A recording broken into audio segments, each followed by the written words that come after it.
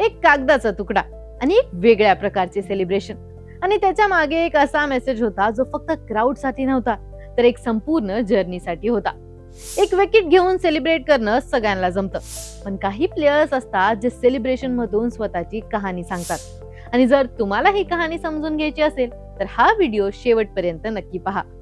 ही कहाणी आहे रघु शर्माची. IPL 2026 मध्ये मुंबई इंडियन्स साठी खेळताना रघु शर्माने त्याची पहिली विकेट घेतली आणि त्याच्यानंतर त्यांनी जे केलं ते सगळ्यांनाच लक्षात राहिलं. त्याने क्राऊड समोर एक छोटे पेपर नोट दाखवले. पहिल्यांदा बघितलं तर हे एक साध्या सेलिब्रेशन सारखं दिसतं, पण त्याच्या मागे एक मोठी आणि संघर्षाने भरलेली कहाणी लपली होती. ही जर्नी सुरू होते 2011 मध्ये, जिथे एक मोमेंटने सगळं बदलून टाकलं. MS धोनीने 2011 क्रिकेट वर्ल्ड कप फायनल मध्ये श्रीलंका विरुद्ध ट्रॉफी जिंकण्यासाठी आपला शेवटचा सिक्स मारला आणि संपूर्ण देश आनंदात डुबलं. पण काही लोकांसाठी तो फक्त विजयाचा मोमेंट नव्हता, तो त्यांच्या मनात खूप काही बदलून गेला. रघु शर्मासाठी पण तोच मोमेंट खूप खास ठरला. त्याच्या मनात क्रिकेट खेळायची इच्छा पक्की झाली. आता त्याने विचार तर केला की त्याला क्रिकेट खेळायचे आहे, पण त्याच्या आसपासचे जग आणि त्याच्या मनातले विचार एकमेकांशी जुळत नव्हते. रघु अशा पर्यावरणात मोठा झाला जिथे डॉक्टर किंवा इंजिनियर होणं सेफ ऑप्शन समजलं जात होतं. रघुने पण तोच मार्ग स्वीकारला आणि तो इलेक्ट्रिकल इंजिनियर झाला. बाहेरून सगळं परफेक्ट दिसत होतं, पण त्याच्या आत फक्त एकच गोष्ट जिवंत होती आणि ती म्हणजे क्रिकेट. आणि खरी लढाई इथूनच सुरू झाली, कारण ही लढाई कोणत्या टीम सोबत नव्हती तर स्वतः सोबत होती. रघु शर्माचे वजन त्यावेळी साधारण 102 किलो होतं, एक असा नंबर जो ऍथलीट साठी मोठ्या काळजीचा विषय असतो. त्याच्या वडिलांनी सुद्धा त्याला सांगितलं की क्रिकेटसाठी खूप मेहनत आणि फिटनेस लागते आणि हे सगळं मॅनेज करणं कठीण होणार आहे. आणि हे फक्त बोलण्यापुरतं राहिलं नव्हतं, ही गोष्ट त्याला दररोज अनुभवायला लागत होती. त्याच्या समोर एक अजून मोठा चॅलेंज होता, कारण त्याने क्रिकेट सिरियसली खेळायला चालू केलं तेव्हा त्याचं वय होतं 21. म्हणजे एज ग्रुप क्रिकेटचे सगळे दरवाजे बंद झाले होते आणि सिस्टम मध्ये एंट्री मिळवण्याचा रस्ता सुद्धा खूपच अवघड झाला होता. पण इथेच कहाणी इंटरेस्टिंग होते.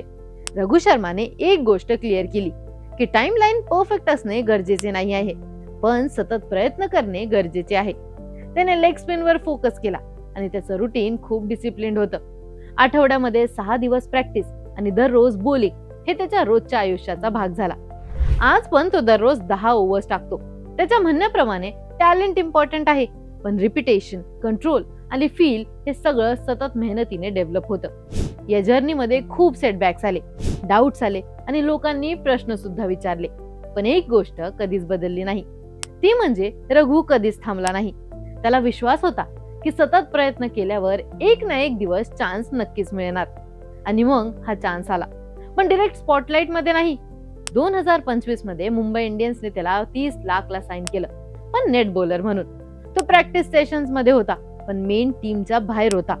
त्याच सीझन मध्ये त्याला एकही मॅच खेळायला मिळाली नाही. पण हा त्याच्या जर्नीचा एंड नव्हता, तर हा फक्त बिल्डअप होता. 2026 मध्ये त्याला इंजरी रिप्लेसमेंट म्हणून स्क्वॉड मध्ये घेतलं गेलं आणि त्याला चेन्नई सुपर किंग्स विरुद्ध डेब्यू चान्स मिळाला. आणि मग तो मोमेंट आला जिथे रघु शर्माने त्याची पहिली IPL विकेट घेतली आणि अक्षत रघुवंशीला आउट केलं. पण आता या सगळ्यात खरे हायलाइट ती विकेट नव्हती, तर त्याच्या नंतरचा क्षण होता. तो पेपर नोट जो त्याने क्राऊडला दाखवला, तो एक सिम्बॉलिक मोमेंट होता. त्यात एक असा मेसेज होता जो सांगतो की ही जर्नी फक्त नंबर्सची नव्हती, तर सतत प्रयत्न आणि विश्वास याची कहाणी होती. 102 किलो पासून IPL पर्यंत, इंजिनिअरिंग पासून क्रिकेटर पर्यंत आणि नेट बॉलर पासून मॅच मोमेंट पर्यंत, ही सगळी जर्नी या एकाच मोमेंट मध्ये दिसत होती. ही कहाणी फक्त सक्सेसची नाही, तर कन्सिस्टन्सी, जिद्द आणि विश्वासची आहे. धोनीच्या एका सिक्सने इन्स्पायर झालेला मुलगा आज स्वतःचा मोमेंट क्रिएट करत आहे. पण आता रघु शर्माची ही जर्नी फक्त एक इन्स्पायरिंग स्टोरी म्हणून थांबणार आहे का, की तो पुढे जाऊन IPL मध्ये कन्सिस्टंट मॅच विनर म्हणून स्वतःची ओळख तयार करणार? तुमचे थॉट्स आम्हाला कमेंट्स मध्ये नक्की कळवा आणि अशाच क्रीडा विषयक ट्रेंडिंग अपडेटसाठी AGC स्पोर्ट्सला सबस्क्राईब करायला विसरू नका.